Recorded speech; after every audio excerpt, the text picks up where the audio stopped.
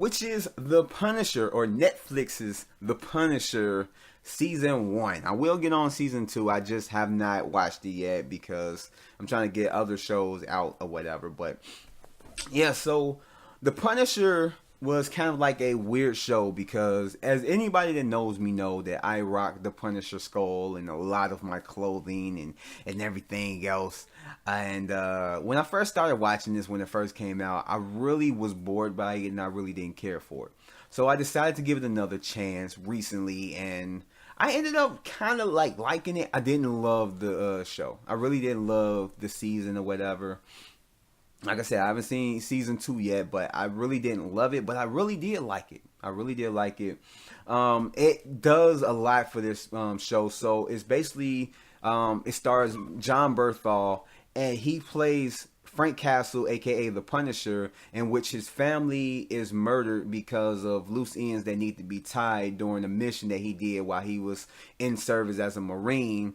And so his family ends up getting murdered when they was going after him, and he ended up surviving it. So now he's going after the people who did him wrong, and he ends up meeting up with a guy named Micro, who ends up teaming up with to take down the guys because Micro has a vendetta to settle as well.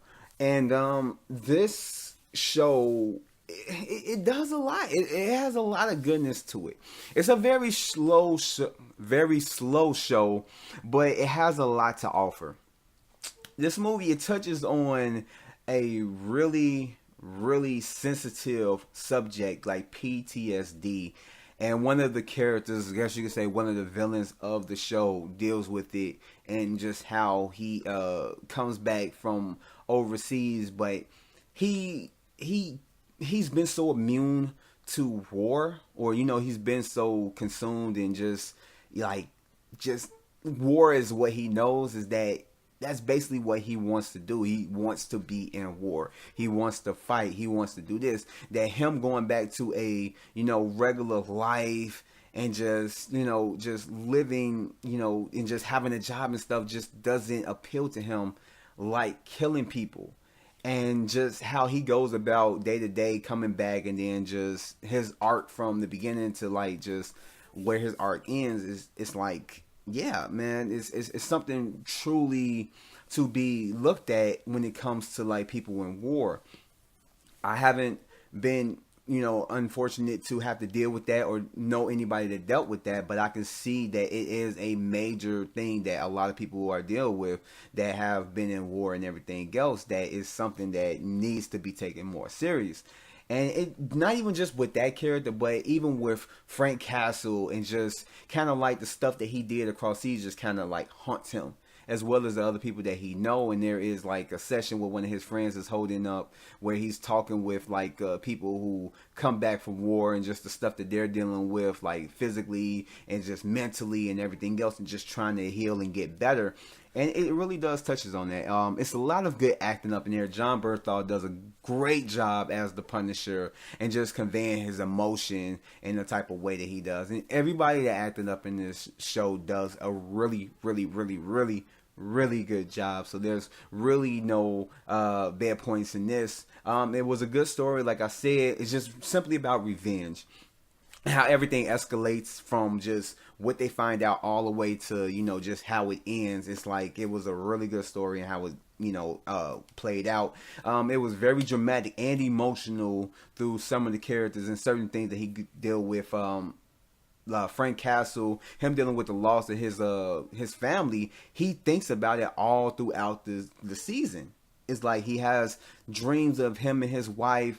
He has dreams of his kids, visions, and all that stuff. It's still affecting him today.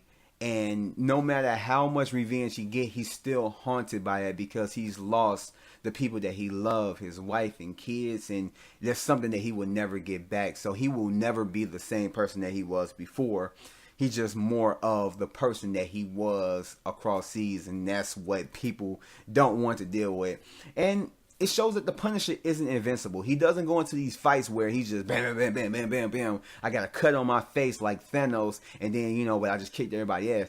He's then came close to death in this show several times through fights, gunfights, and just regular melee type fights that he's been had, and it shows that he's not invincible. Like, he then got messed up. He's not invulnerable. This dude, he is a human, and he's gotten messed up, but he's been messed up a whole lot of people as well.